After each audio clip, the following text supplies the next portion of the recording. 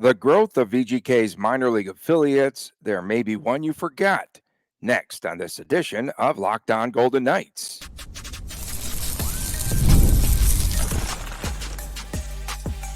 You're Locked On Golden Knights, your daily podcast on the Vegas Golden Knights, part of the Locked On Podcast Network, your team every day. Hi, you're doing research now. There you go, Golick. Tony Cardasco and Chris Golick from Las Vegas. Thanks for making us your first listen every day. Finding the first ad read, bro. Find us wherever you get your podcasts. Please subscribe to our Locked On Golden Knights YouTube channel. We are brought to you today by Gametime. Download the Gametime app today. Use the promo code LOCKEDONNHL, and you will get $20 off of your first purchase. History lesson, Chris Golick, history lesson for our VGK fans as well as you, as the team might someday soon announce this new ECHL affiliate in Lake Tahoe, home of Tahoe Tilly, the lake monster and all that. With Tahoe the night Tilly. monsters. What's Tahoe Tilly? I don't know. I think it's a monster up there. That was Tess. Oh, okay. Whatever. I'm just making stuff up. Anyway. Who's giving who the lesson? You just schooled me. The Night Monsters inaugural season ahead. Let's talk about the growth of VGK's minor league system, starting with the AHL Chicago Wolves. I bet you don't remember VGK's first ECHL affiliate. Do you? I do. I just researched it. I mean, I knew it coming into it. I knew you were. Yeah, because I knew. I mean, I knew it was the Fort Wayne Comets, and no, it's not. No, you're wrong. Initially, they have the Chicago Wolves, AHL, right. Yeah, ECHL affiliate, the Quad City Mallards. I didn't know that 2017. Yes, come on, man. That's why I did that teaser. I thought you were looking it up. No, that's good, dude. That's a good one. I didn't know that. I know. I was researching the Quad City DJs. It should have been, but instead they went with the Mallards. The Fort Wayne Comets won the ECHL championship in 2020-21. See, there's any names on this list that are at all recognizable on this roster. Yeah, that was the next ECHL affiliate, number 2. Yeah, that was the second one. Dylan Ferguson. Okay, there's a recognizable name in that. That's the only recognizable name I see on this. But hey, there you go. Who was the leading scorer that year? It looks like it's going to be Brandon Hawkins. 26-year-old with 39 points in 37 games. So undrafted AHL Chicago Wolves as high as he got, 6 games, no points. So the Comets 2018 to 2022, an established organization, and then they went from there to the Savannah Ghost Pirates from 22 to 2024, and now Lake Tahoe, home of that. What did you say? Tahoe who? Tessa, the monster there. Yeah.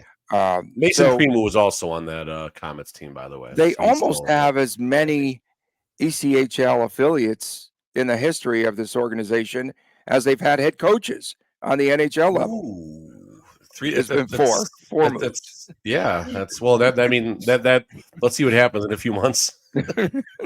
Well, no, I think they'll stick here in Lake Tahoe for a long, long time. So we'll have to see how that shakes out. Where are we going? Where are we going with this historical? That's where we're going. We're just talking about, at least my perspective of it was just where it's 2024. Vegas Golden Knights started 2017, 2018. I think 2015 is when all the discussion started about it possibly coming, and then the season ticket drive shortly thereafter. And just, basically 8 years from when there was the Golden Knights were a twinkle in Bill Foley's eye, I guess, if we can say it like that, to where it is right now, and how it's all settled, obviously, in not just Southern Nevada, but in Nevada in general. And it is a remarkable story when you look at the history, I guess, starting with Quad City with the Mallards, and then the Fort Wayne Comets, and then the Ghost Pirates. And now, obviously, we have the team most likely in Tahoe, not official, I guess, yet, as far as the affiliation. On the AHL side, it's fun to go through as well, starting with my Chicago Wolves, still one of my favorite organizations in history. And then, of course, you got the Henderson Silver Knights, and here we are there. And there was a scene in the movie Valiant that was the documentary on the first season of the Golden Knights. Really, really fun watch. Fun documentary to watch, especially right around the first season. It was cool. It'd probably be pretty fun to watch it now, honestly. And I think there's a scene in there where Bill Foley is describing, and it might have been with Murray Craven, one of the first Wow. years of the Golden Knights, exactly. Where Bill Foley and him, they're on a lake somewhere. I'm assuming probably in Montana by his property. No. Lake Tahoe with that monster. That Yeah, sea Lake monster. Tahoe. Yeah, exactly. It's And not basically, it's a lake monster. Lake monster. basically, Foley kind of shouts out something, doing hockey in Vegas or BLTs something like for that. everyone. BLT. Yeah, exactly. And Murray Craven was like, dude, you're crazy. And well, 8 years later now, I guess we can look at it like that. 9 years later, where it is now. And I know I've been down a little, you've been down a little on the team and stuff, and rightfully so for some reasons, for some results. I've had some personal things, but when you look at I'm positive about this team. I mean, when Mr. you look at, Positivity. it's funny. When you look at what this team has built and how it's changed lives, it's definitely changed my life, and how it's changed lives in the city and stuff, and the influence it's had. It's amazing, and it's a wonderful story. I know. We've been doing this podcast for what, 25, 30 years now. And the AHL franchises, just a look here at the timeline. So Chicago 2017 to 2020, Henderson 2020 to, of course, current status. In 2020, again, here's a little trivia question as well. So where did the Henderson Silver Knights come from? That one I know without looking up. Okay, so that's the San Antonio Rampage is who they purchased, and that's who they moved here. And in the city, there was another San Antonio franchise that was purchased and moved here in professional sports, Las Vegas Aces. The Aces were a team that came from San Antonio. So we stole things from San Antonio, perhaps more than we have from the Bay Area, even. The luxury, again, of having Chris, the AHL team here in the state of Nevada. And now, of course, you've got the ECHL team in the state in Lake Tahoe. We talked about all the moves that VGK could make for convenience sake, because it's so close between the proximity, mostly between the AHL team and the NHL team. And I was looking around. There's no other team in the National Hockey League that has all of its affiliates in one state, let alone an AHL team that close to a National Hockey League team. Yeah, I mean, it's certainly starting at the AHL level. Obviously, AHL to NHL, there's going to be a lot more moves, and just it's a lot more important than the ECHL is going to be, obviously. But it's still beneficial for the Henderson Silver Knights and the Night Monsters. It doesn't roll off the tongue yet. And the Night Monsters, it's a short flight. What is it, 45 minutes to go from Reno? I mean, it probably takes longer to drive down the mountain than it's going to take to take the plane ride from point A to point B. But they'll be able to shuffle players around, and it's about the visibility and the development that these players are going to have. It's a lot more difficult to move things on a whim. And, you look at what happened with the goalies and stuff. I mean, Isaiah Seville was dressing as the backup this past season. Obviously, he never needed to get in there. Or was that the season before? Was Seville backing up this season? I can't remember. No, I think it was last year. It was last year. Okay. So yeah, because Patera, I think, was always third. He was always the backup. Yeah. So you just look at how it's going to be beneficial to the teams and such, and they can maybe make more aggressive moves knowing, I don't know. I mean, just knowing it's a quick plane ride to move someone from point A to point B. It's certainly going to help the development of the ECHL kids, making sure the AHL team has never gone out there with 17 skaters or anything weird like that. And again, it's just a testament to what Foley's doing and this just crazy, goofy vision that he had, 9 years ago. Now it's probably longer than that, but this goofy vision to bring hockey to Vegas and what it's become. And I just I love a Bill Foley quote. That's something that I try and live by. I miss it on a daily basis, but I try at least. And it's about setting unrealistic expectations and exceeding them. Well, I mean, do you think what I want to know is what expectation did Bill Foley set 9 years ago, and has he, in his mind, exceeded it? And There's no I way. wouldn't necessarily say the answer is yes, as crazy as that sounds. No, I don't think to him, he's probably not even close to his expectations, right? No, and that's why he's who he is as far as business goes. Yeah. When are they going to finally announce this Tahoe affiliation? Well, two things are bugging me these days. When are they going to announce the Tahoe affiliation, news dump or not? And when is the preseason schedule going to be announced? Preseason schedule should be any second now. I mean, I don't know what it's been from a historical standpoint. I guess I can go look that up, but I have to assume we're 7 to 10 days away, probably before the draft. I would think they don't want to. You don't want that buried in draft news, but I mean, It's going to be, yeah, this is going to be rapid fire then. So they'll announce that. Of course, I don't know chronologically how it's going to unfold, but then, of course, we've got the NHL draft. We'll have free agency. We'll have development camp coming up here in just less than a couple of weeks away.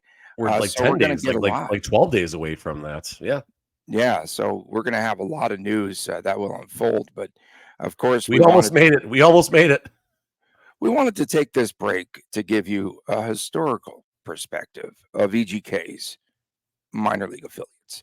Coming up next, women's professional hockey in Las Vegas.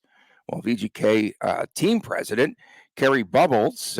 Bubbles does not have his name on the cup, as we know, but he says he wants a PWHL team here in our city or in Southern Nevada. We'll talk about that when we return right here on Locked On Golden Knights. Game time. Let's talk about getting tickets, especially for the National Hockey League draft. They've got killer last minute deals. They've got all-in prices, views from your seat, and their lowest price guarantee. Game time takes the guesswork out of buying tickets today. And in addition to draft tickets, which I was looking at all-in prices just a couple of days ago, and they're very affordable, especially for opening night. You could get last-minute deals and flash deals and zone deals. You could get Major League Baseball tickets, views from your seat at the venue. It's really cool. That's something that you want to check out, especially, again, if you're coming into town for the National Hockey League entry draft. You'll get your seat views, get a panoramic view from your seat in that app before you buy your tickets. The lowest price guarantee, that's great on Game Time. They'll credit you 110% of the difference. And the ticket coverage, of course, your purchase is covered with the most flexible customer service policy in the ticketing agency. So take the guesswork out of buying tickets on Game Time. Simply download the Game Time app, create an account, use the promo code LOCKEDONNHL, and you will get $20 off your first purchase. Terms apply. Again, create an account, use the redeem code LOCKEDONNHL for $20 off your first purchase. Download Game Time today. Last minute tickets, lowest price guaranteed. Back on this edition of Locked On Golden Knights, Tony Cardasco and Chris Golick from Las Vegas. We appreciate you tuning in. Thank you so much for making us your first listen each and every day. Find us wherever you get your podcast. Fridays are WTF with the Friday, and Saturdays, sometimes, especially in the summer, it is Chris Golick and Chris Golick Jr., the YouTube exclusive. Do you save any baseball cards? Do you have any Willie Mays cards?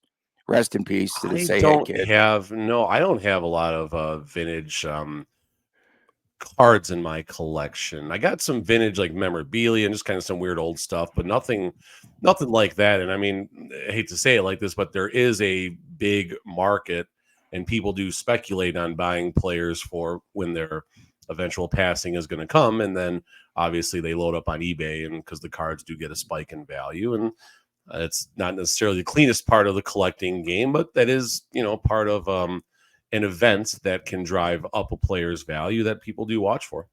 Yeah, it's crazy because I don't know. I'm at the age now, right, where I have stories about everything.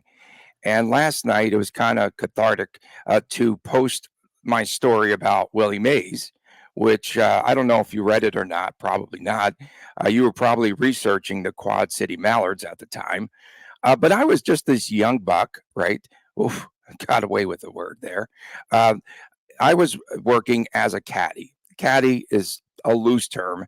I was a little squirt kid, and they often would give me, I would go out on the golf course at Upper Montclair Country Club in New Jersey, and I would do like, 2 women's bags. I would go up there. They would send me out with just putters to meet people at the green with the putters, and I made good money over a summer. So I was a kid, Upper Montclair Country Club. They had a huge Chris celebrity golf tournament once, and my chore for the day, if you will, was to be out there at the parking lot as the celebrities rolled up, and I had to take their clubs out of their cars. So I take them out of their cars. All of a sudden, and I was a huge baseball fan as a kid, this pink Cadillac rolls up with the California license plate, say hey. And I got chills just now, just thinking about that car. It was immaculate. It was absolutely immaculate. And so pop open the trunk. Willie Mays comes out. I'm Mr. Mays. Hi, son, whatever. I got so excited, right? So pop open the trunk. Drop the clubs. No, this is worse. I didn't drop the clubs. I pick up the clubs, but in the process of doing so, my right shin, I burned on his tailpipe. On the tailpipe. And I did not want to make a noise. So I'm biting my upper lip like crazy. I've got this burn on my right shin that is in the shape of a circle. And so I pick up his clubs. I carry them over to the rack. He gives me a 5 spot. I go in the caddy shack, and they're like, what's going on? And I am just pretty much almost screaming in there. We get an ice pack. We put it on there. This thing was boiling. It was, I don't know what degree burn it was, if there were degree burns back then in the day, but it was absolutely like the most painful thing of my lifetime. But I was like so overwhelmed with, oh my gosh, that's the Willie Mays. So I just went back there, iced it down, and then it finally healed like about a month later. And I had for the longest time this scar that was in the shape of a circle, Chris. And today it's just it's a little bit of a scar that I have on the right shin. But that was the most painful thing. Do they still have tailpipes on cars? I don't even know. I'm not going to take nearly long as you did for the story, but I'm sorry about that. No, you're good. I burned my right leg once on a motorcycle tailpipe and had one of those bubbling scars and stuff. Oh, most painful. And like, I didn't even move. I think I was just numb, just standing there. Oh my God. Like, This is the Willie Mays. Yeah, good job. And then guess what? I was never starstruck again, other than every day when I do the show with you. Okay. What were we going to talk? Oh, back to the segment, back to the news. So VGK team president, Gary Buboltz, to the Review-Journal reporter, says that when the Women's Professional Hockey League expands, Las Vegas wants to be a franchise city. And they will also add, what is the equivalent in women's hockey to the ECHL Mallards there in Quad Cities? That's what they're probably going to have to develop. He said that the Lee's Family Forum would be the perfect venue for women's professional hockey, which is great. And as soon as they announced that PWHL, I don't know if you remember, it's like, hey, Las Vegas needs one of these franchises for sure. But of course, as they say in the poker room, something about a full house, because there's a full house right now, right? Carrie, there's already a full house at that arena. You've got the AHL Silver Knights. Of course, you've got the football team, the Nighthawks. You have lacrosse, which are the Desert Dogs, and the team that I'm associated with, the Vegas Thrill Women's Professional Volleyball team. So where would they find a spot to have this franchise in Henderson? And are there any other venues in town? Someone yesterday was saying they should put the ice back in the Thomas and Mack. Thomas and Mack was not good to watch hockey. There was this corner where the players would just disappear because you had the stands like overlapping there. There was a dead spot in there that was really bad, and so Radek Bonk would just disappear. It's funny. So anyway, I mean, no, just looking a little bit. I mean, as far as where they're going to play, that'll get figured out. I mean, it's Dollar Loan Center makes the most sense. I don't think they're going to try and go back in New Orleans or anything weird like that. Dollar Loan Center seems to be the right size. And just from the PWHL website, just some news and notes about last season. 6 records were set for attendance records for women's professional hockey. They had 238 social media impressions. They had a record-breaking crowd of 238 million total social media impressions. 238 million. You just said, okay, million. You just said 238. No, 238. It's like which you get like on one of your tweets. Exactly, 238 if I'm lucky. 21,100 as far as attendance goes for one of their games. 392 attendees across 72 games, and it's remarkable watching the growth of this. I mean, I didn't know what to expect, and so many of these crowds were sellouts. They're into the game. They only started with 6 franchises, kind of nostalgic, of course, and then obviously at some point growth will be discussed. I don't know if it's a 2-year plan, a 5-year plan. I don't know what the business situation is for the PWHL, but you have to assume that expanding and getting more teams in the States coming west, obviously, is going to be of great importance. And what better than Vegas, Henderson, Southern Nevada, however you want to put it, to be the bridge, I guess, to growth of the PWHL on the West Coast. I think it would be remarkable, and I think it would be very good as far as attendance goes. You look at the growth of youth hockey, the growth of women's and girls hockey as well in Southern Nevada. Women's sports in general, women's sports overall is just exploding. Of course. Yeah. I mean, I know like you said, it's kind of getting a little crowded, maybe too many cooks in the kitchen as far as the Dollar Loan Center is concerned, but all that works itself out at some points. Yeah, for sure. Not a lot of weekend availabilities there. And now, of course, I know the booking guys there and everything, and they're getting more aggressive with concerts and stuff. I don't know if you've noticed, but there's some really good shows coming up there. If you're an Everclear fan, of course, we should go to that show. Oh, it's just a weird venue for a concert, though, because it's small to be. I mean, unless they're doing like stuff in the round, like you're losing. It's such a small venue for concerts.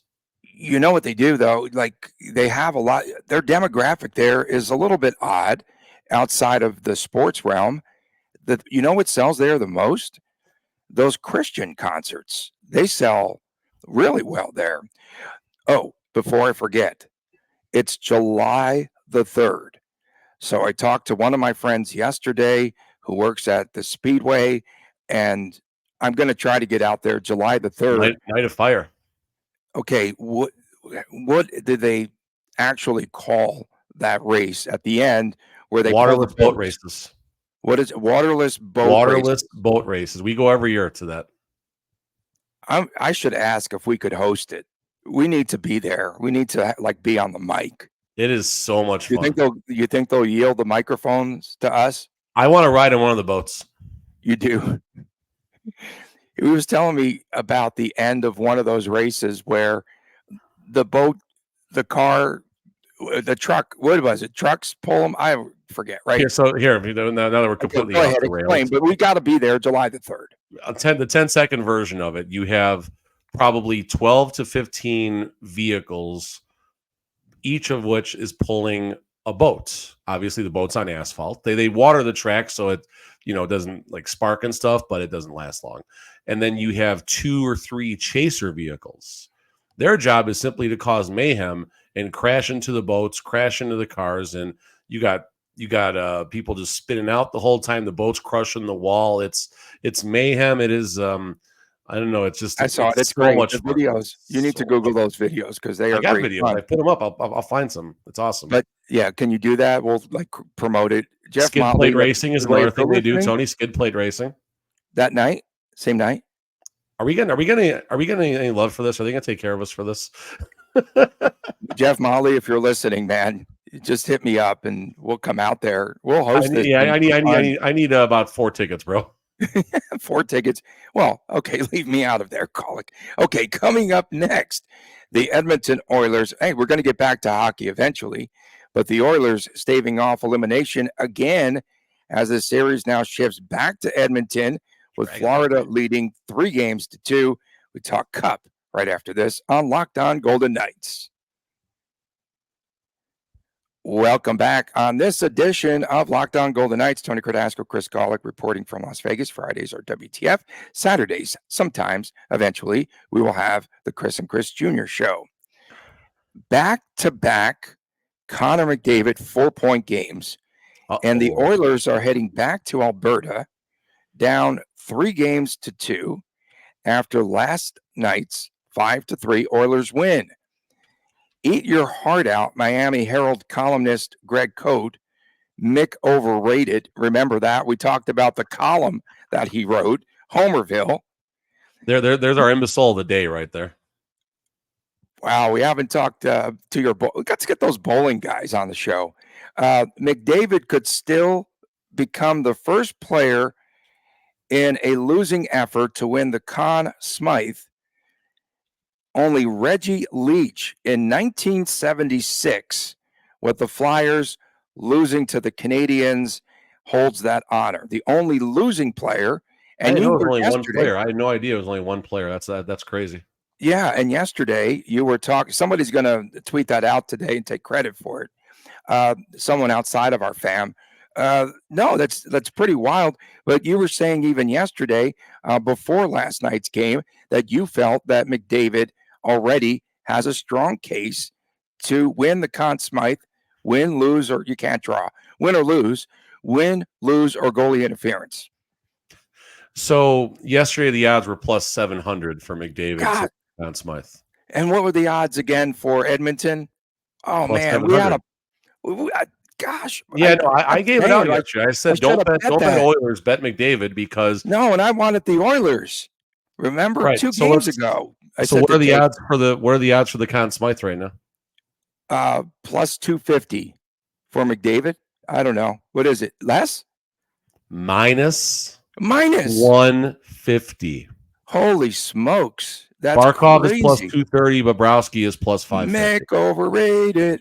Wow. So I mean, that right there is just it's remarkable watching what McDavid's doing. That assist he had to Corey Perry was amazing. And Darnell, there was I don't know if it was Ray Ferraro, whoever was between the benches had a great take on that goal. So what are the odds now of Darnell Nurse winning the Conn Smythe? Because he's back in the race. For what Darnell Nurse did, this might actually help. So the power play was nearing an end when McDavid had that incredible assist. There was some issues on the bench where someone had to jump out there on a line change. That was crazy. And it was between Darnell Nurse and Corey Perry. And Darnell Nurse, Corey Perry, go. No, Corey Perry goes out there, goes straight to the net, and boom, there's a goal. So that was... And the goal almost didn't happen because they almost had too many men on the ice. That was a little bit later. I saw that, and it was ugly, but by the rule, that was definitely the right call, but it looked really bad. So, I mean, I said this on Game 5. I felt Game 7 already happened. I said if Edmonton wins Game 5, they're winning this thing. Listen, Florida could definitely win one of the next 2 games. I'm not at all going to jump off the ledge here, but I don't think Edmonton loses Game 6 at home. I want to see Game 7. I just want to see Game 7. Yeah, I want Game 7 overtime. I want.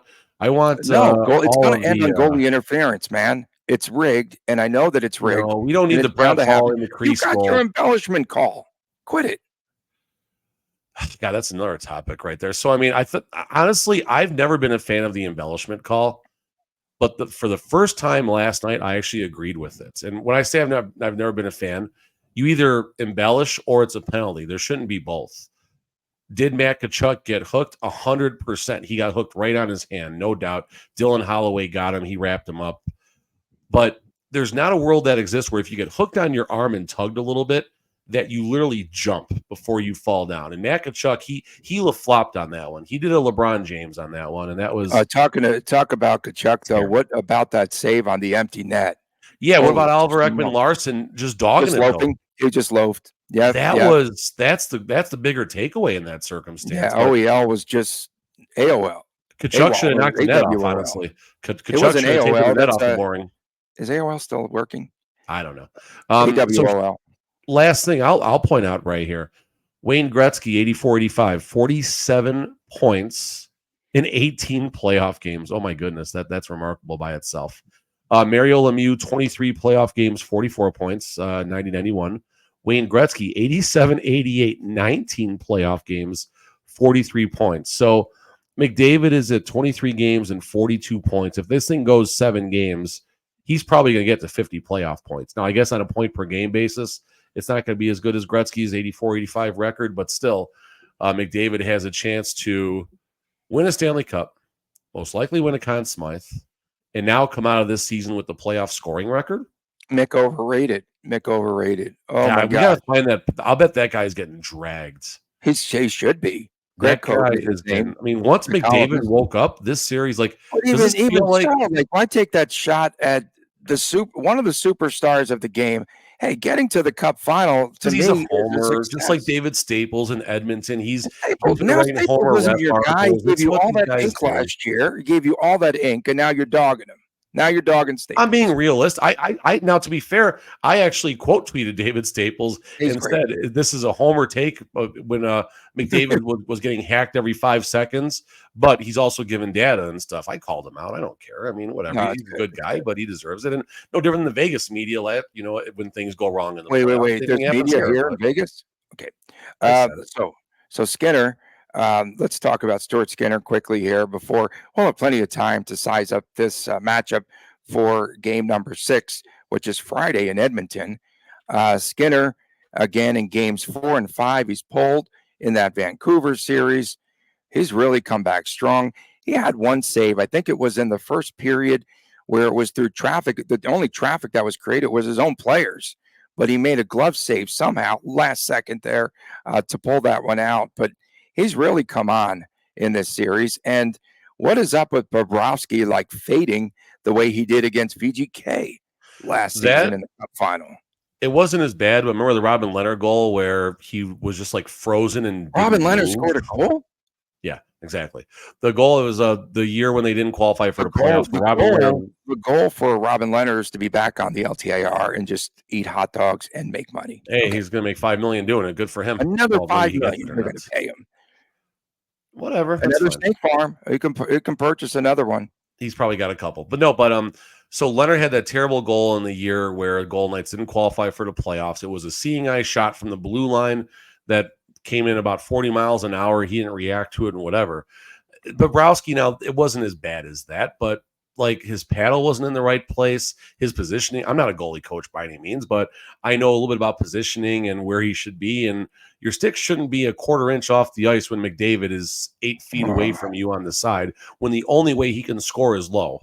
That's a problem right there. And that was just a terrible goal. And you look at some of the goals Bob has given up. He's a great goalie and he's going to be good down. He's going to be okay in game 6 and 7. But all of a sudden now you start looking like at the last 2 Stanley Cup Finals, and he's not necessarily as world class. I know Florida doesn't want to hear this, but maybe he's not as world class as he needs to be. And on the other side, Stuart Skinner, he's doing the job. He's still an .898 save percentage. That's not great, but he's making his layups. Who was the goalie for the Avalanche? Was it Darcy Kemper, right? When they won the Cup? Same thing, right? Darcy Kemper, he's not a great goalie. Darcy Kemper and Stuart Skinner, I mean, they're probably they're the same person. So yeah, pretty much. He's getting it done. We'll have much more, of course, as we go into Game 6, and I'm hoping for a Game 7. Again, if it's not your team, you always want to see Game 7s. If it's your team, it's so enjoyable watching. Like last night was the first game I watched beginning to end, and really didn't do anything else while it was on. It was so much fun. It was fun. It was really a good game to watch. Really exciting, and it's fun to watch the Oilers power play when VGK's not out there. Also. Jeez. They're more lethal shorthanded these days. The Oilers. They had that shorthanded goal early. The other Connor. Worst possible case scenario, an early goal. We appreciate everyone tuning in. Again, we'll be back tomorrow. Of course, fog permitting. Fog's starting to roll in today a little bit. We appreciate you tuning in, especially our everydayers. Of course, don't forget Fridays. Line them up with WTF. On Saturdays, the Chris and Chris Jr. Show, the YouTube exclusive. Please subscribe there. For my man, Chris Golick, I am Tony Cardasco reporting. We appreciate you tuning in. We'll see you again tomorrow right here on Locked On Golden Knights. And please take care.